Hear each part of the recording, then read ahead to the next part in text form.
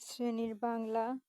তো চতুর্থ শ্রেণীর বাংলা আজকে আমরা সমাধান করব। দেখো 2026 সালের এটা হচ্ছে পৃষ্ঠা 29। তো 29-এর পরে আমরা সমাধান করব হচ্ছে 30 পৃষ্ঠার এইগুলো, ঠিক আছে।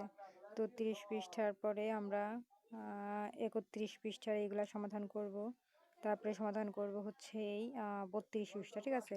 তো আজকে আমরা 32 পৃষ্ঠা পর্যন্ত দেখাবো। তারপরে দেখো আমাদের 33 পৃষ্ঠায় এখানে আর একটি আছে, তো এটাও আমরা সমাধান করব, ঠিক আছে। আজকে আমরা পুরোটা পার্ট 6 পুরোটা সমাধান করব। আর পরবর্তীতে পার্ট 7 আছে, তো পার্ট 7-এর ভিডিও দেখার জন্য অবশ্যই সাবস্ক্রাইব মাই চ্যানেল। তো চলো চতুর্থ শ্রেণীর বাংলা 2026 সালের বই আমরা ভিডিওটি শুরু করি। তো দেখো এখানে আমাদের পার্ট 6-এ কী লেখা আছে আমি আগে দেখাই, তারপরে আমরা প্রশ্নটি করব। এই দেখো আমাদের পার্ট 6 দোয়েল পাখি। তো দোয়েল পাখির গল্প আমরা আজকে সমাধান করব। এই যেখানে আমাদের অর্থ দেওয়া আছে, শূন্য শব্দের অর্থের উত্তরও দেওয়া আছে। তো পরে আবার কমেন্টে বলবা যে আপু শব্দের অর্থের উত্তর দেন নাই। তো দেখো আমরা এখানে আমাদের কি লেখা আছে দেখি। আর চ্যানেলটি অবশ্যই সাবস্ক্রাইব করে দিও, কারণ সাবস্ক্রাইব করলে আমি ভিডিও আপলোড করার সাথে সাথে তোমাদের ইউটিউবে ঢুকলে ভিডিওটি পেয়ে যাবা। তো দেখো এখানে লেখা আছে পাঠ থেকে প্রশ্ন বানাই। মানে এখানে কি লেখা আছে, আমরা এখানে এমন কিছু লিখবো যেন সেই কথার মাঝে কি শব্দটা থাকে।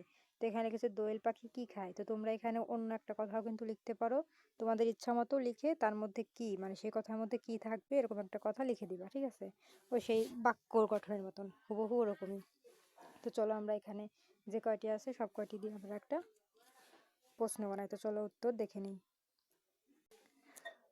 এই যে দেখো আমাদের প্রশ্ন বানাই কি, দোয়েল পাখি কি খায়, তারপরে কোথায় দোয়েল পাখি কোথায় বাসা বানায়, কখন দোয়েল পাখি কখন গান গায়, কিভাবে দোয়েল পাখি কিভাবে লেজ নাড়ায়, কেমন দোয়েল দেখতে কেমন।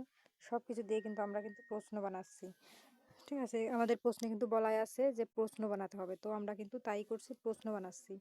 তারপরে কেন দোয়েলকে আমাদের জাতীয় পাখি বলা হয় কেন, কোন দোয়েল কোন রঙের হয়, কত একটি স্ত্রী দোয়েল কতটি ডিম পারে। তো এই ছিল কিন্তু আমাদের সমাধান। তো দেখো আমাদের কিন্তু এগুলোর উত্তর সব কমপ্লিট, আমি দেখিয়ে দিয়েছি। তারপরে দেখো আমাদের এখানে 2 নম্বরে কি আছে। 2 নম্বরে আমাদের বলেছে বন্ধনী থেকে শব্দ নিয়ে খালি জায়গায় বসাই। যেমন এখানে আছে পেন্সিল, পেন্সিল ড্যাশ কলম দিয়ে লেখা হয় পেন্সিল, তাহলে আমরা এর মাঝে কি লিখবো, বা লিখলে কিন্তু আমাদের মিলে যায়। পেন্সিল বা কলম দিয়ে লেখা হয়, তো মাঝখানে কি বসবে, বা। তারপরে এই গাছে ড্যাশ কোকিল, যে কোনো একটি পাখির বাসা আছে। এই গাছে এই যে এটা দিবা অথবা, কারণ এই গাছের দোয়েল এবং কি মিলে না, তাহলে অথবা দিলে কিন্তু মেলে। তার মানে কি আমরা এখানে কি লিখবো, অথবা। এই গাছের দোয়েল অথবা কোকিল যে কোনো একটি পাখির বাসা আছে। তারপর দেখো গ, আজ মালতী ড্যাশ সাবিনা কেউই বিদ্যালয়ে আসেনি। আজ মালতী ও সাবিনা, তাহলে এখানে ও দিলে কিন্তু আমাদের উত্তরটা মিলে যাচ্ছে, তাহলে এখানে কি লিখবা, ও। আজ মালতী ও সাবিনা কেউই বিদ্যালয়ে আসেনি। ঘ নাম্বার, তো গাছের ডালে ও, তাহলে এখানে ও দিবা, গাছের ডালে ও মাটিতে দোয়েল লাফিয়ে বেড়ায়। তারপরে দেখো চা, চা কিংবা, এখানে লিখবা কিংবা, চা কিংবা শরবত কোনটি খাবেন। তো তোমরা কিন্তু এর মধ্যে এগুলো লিখে দিবা, ঠিক আছে। তারপরে দেখো আমরা চলে যাব 3 নম্বরে। 3 নম্বরে আমাদের বলেছে শব্দ সাজিয়ে বাক্য লিখি। মানে এখানে কিন্তু আমাদের উলট পালট লেখা আছে, সঠিক করে আমরা এখানে লিখব। এখানে আছে নাম জাতীয় বাংলাদেশ পাখির দোয়েল, তো এটাকে কোনো লেখা হলো, এটা কিন্তু উলট পালট, তাহলে কি হবে, এই যে জাতীয় পাখির নাম দোয়েল। তো চলো আমরা উত্তরটি দেখে নিই কিভাবে মিলাই লিখতে হবে। এখানে অনেকগুলো আছে, এই দেখো ক থেকে চ পর্যন্ত আছে। তো চলো আমরা উত্তরটি দেখি কিভাবে সাজিয়ে লিখতে হবে। এই যে দেখো আমরা কিন্তু সাজিয়ে লিখে নিয়েছি। এই যে দেখো বাংলাদেশের জাতীয় পাখির নাম দোয়েল। ওখানে কিন্তু উল্টো পাল্টা লেখা ছিল, আমরা সাজিয়ে এটা লিখেছি। খ নাম্বারে উল্টো ছিল, আমরা সঠিকভাবে লিখেছি পুরুষ দোয়েল বাসা পাহারা দেয়। গ নাম্বারে লিখেছি দোয়েল ছোট আকারের পাখি হয়। ঘ নাম্বারে লিখেছি পাখি আমাদের অনেক উপকার করে। উম নাম্বারে লিখেছি বেশিরভাগ পাখি গাছে বাসা বানায়। তারপর চ নাম্বারে লিখেছি পাখির গান শুনে কান জোড়ায়। তাহলে আমরা কি সঠিকভাবে কিন্তু লিখে নিয়েছি। এই ছিল আমাদের সমাধান।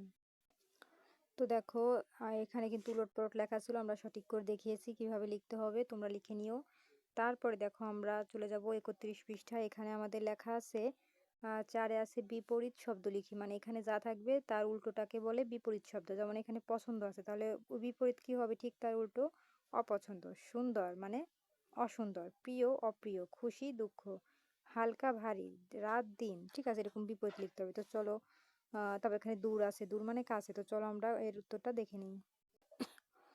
এই যে দেখো, উত্তর কিন্তু আমি এখানে দিয়ে দিয়েছি, আমি যা বলেছিলাম তাই। সুন্দর মানে অসুন্দর বা কুৎসিত, এই যে এখানে দাগ দেওয়া আছে মানে বা, যে কোনো একটা দিবা, কুৎসিত অথবা অসুন্দর। প্রিয় মানে অপ্রিয়, খুশি মানে বেজার বা অখুশি, যে কোনো একটা দিবা। হালকা মানে ভারী, রাত মানে দিন। তারপরে দেখো এখানে আছে দূর মানে কাছে, ওই যে আমি যা যা বলেছিলাম ঠিক তাই। দূর মানে কাছে বা কেউ দিবে নিকটে, যে কোনো একটা দিলেই হলো। তো এই ছিল আমাদের সমাধান। তো দেখো, আমাদের কিন্তু এটাও কমপ্লিট। তোমরা এগুলার উত্তর লিখে নিও। তারপরে চলে যাব আমরা 5 নাম্বারে।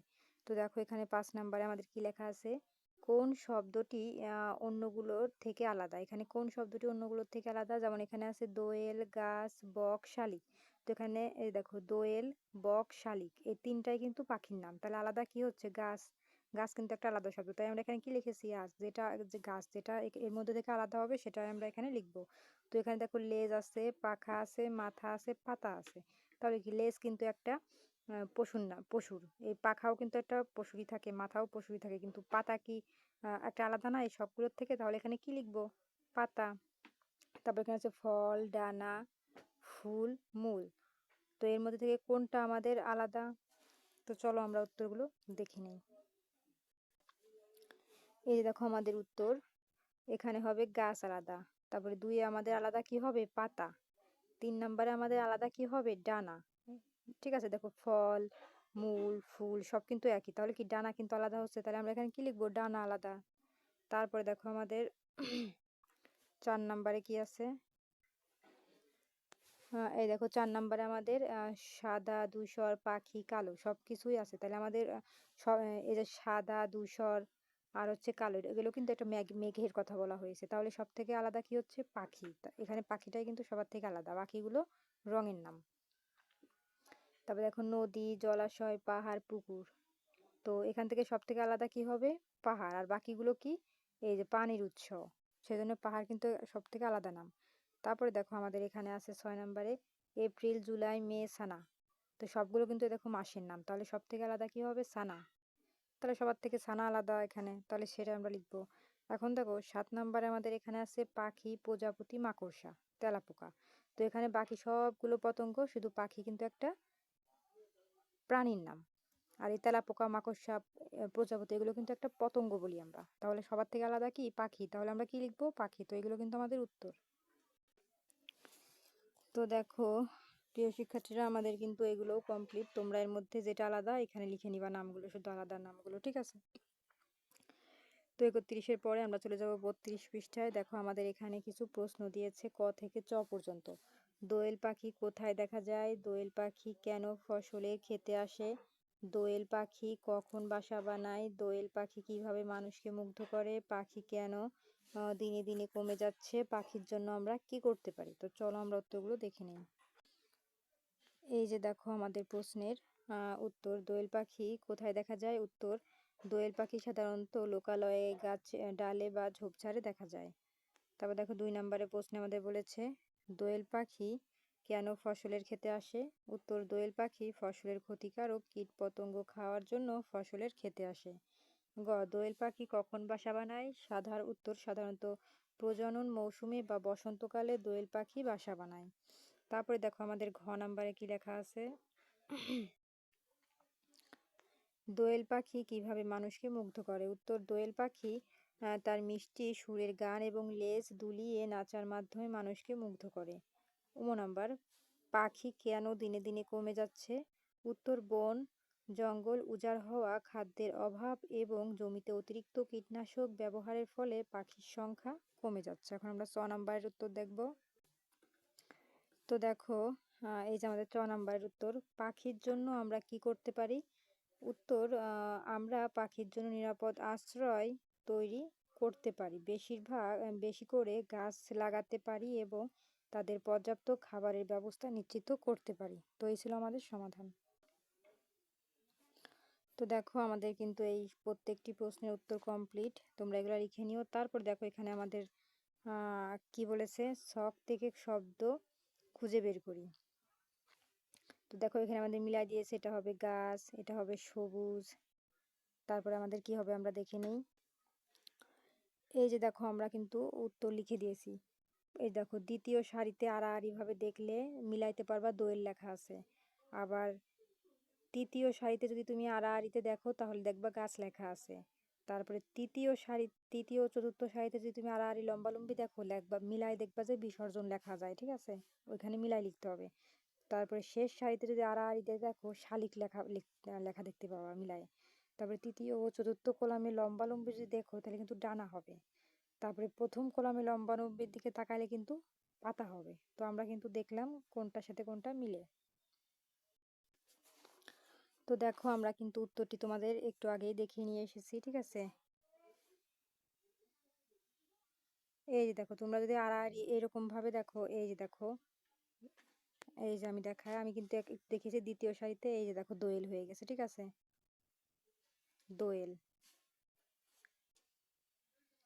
তো এরকম আমি যে কটা দেখিয়েছি ওরকম ভাবে তোমরা দেখো, তাহলে কিন্তু প্রত্যেকটা উত্তর পেয়ে যাবা।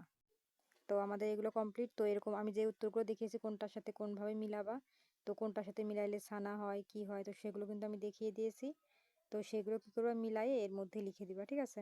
আমি কিন্তু উত্তর দেখিয়ে দিয়েছি আগেই, তো এর মধ্যে লিখে দিবা। এখন দেখো আমাদের 8 নাম্বারে এখানে কি বলেছে, একটি পাখি নিয়ে রচনা লিখো। তো পাখির নাম সেই রচনার মধ্যে বলবা, মানে যে পাখি নিয়ে রচনা করবা সেই পাখির নাম লিখতে হবে রচনাতে। আমি উত্তর দেখাবো, পাখিটি কোথায় দেখেছো সেটাও ওর মধ্যে লিখবা, পাখিটি দেখতে কেমন সেটাও ওই রচনার মধ্যে দিবা, এরা কেমন ডাক করে ডাকে সেটাও ওর মধ্যে দিবা, এরা কোথায় থাকে সেটাও ওই রচনায় থাকবে, কি ধরনের খাবার খায় সেটাও কিন্তু ওর মধ্যে লিখবা।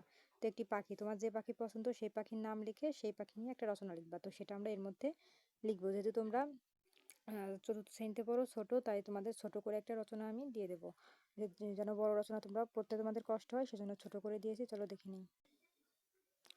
এই যে দেখো আমাদের একটি পাখি নিয়ে রচনা, পাখি আমার পছন্দ দোয়েল, তো দোয়েল নিয়ে রচনা লিখেছি। আমার প্রিয় পাখির নাম দোয়েল, আমি আমাদের বাড়ির সামনের বাগানে ও গাছের ডালে এই পাখিটি দেখেছি। দোয়েল দেখতে খুব সুন্দর, এর গায়ের রং সাদা কালো এবং লেজটি লম্বা, এরা খুব মিষ্টি সুরে শীষ দিয়ে ডাকে। দোয়েল সাধারণত গাছের কোটরে বা ঝোপঝাড়ে বাসা তৈরি করে থাকে। এরা প্রধানত ছোট ছোট পোকামাকড় ও কীটপতঙ্গ খাবার হিসেবে খায়। এই যে সহজভাবে উত্তরগুলো যেভাবে সাজানো হয়েছে। তো আমাদের কিন্তু প্রশ্নে পাখির নাম বলতে বলেছিল, তোমরা পাখির নাম দিয়ে দিবা, কোথায় দেখেছো সেটা ওই যে বাগানে বা গাছে যে কোনো একটা লিখে দিবা, দেখতে কেমন সাদা কালো রঙের এটাও লিখে দিবা, ডাক কেমন মিষ্টি শীষ দেয়, গাছের বাসস্থান কোথায়, গাছের কোটরে থাকে, খাবার কি খায়, পোকামাকড়। তো তোমরা কিন্তু এরকম সাজায় লিখে দিবা। তো এই ছিল আমাদের সমাধান। তো দেখো আমাদের কিন্তু এরকম যা যা বলেছে আমরা কিন্তু সেরকম একটা ছোট্ট করে রচনা দিয়েছি। তো আজকের মতন এই পর্যন্তই। পরবর্তীতে পার্ট 7 এর ভিডিও দেখার জন্য অবশ্যই সাবস্ক্রাইব মাই চ্যানেল।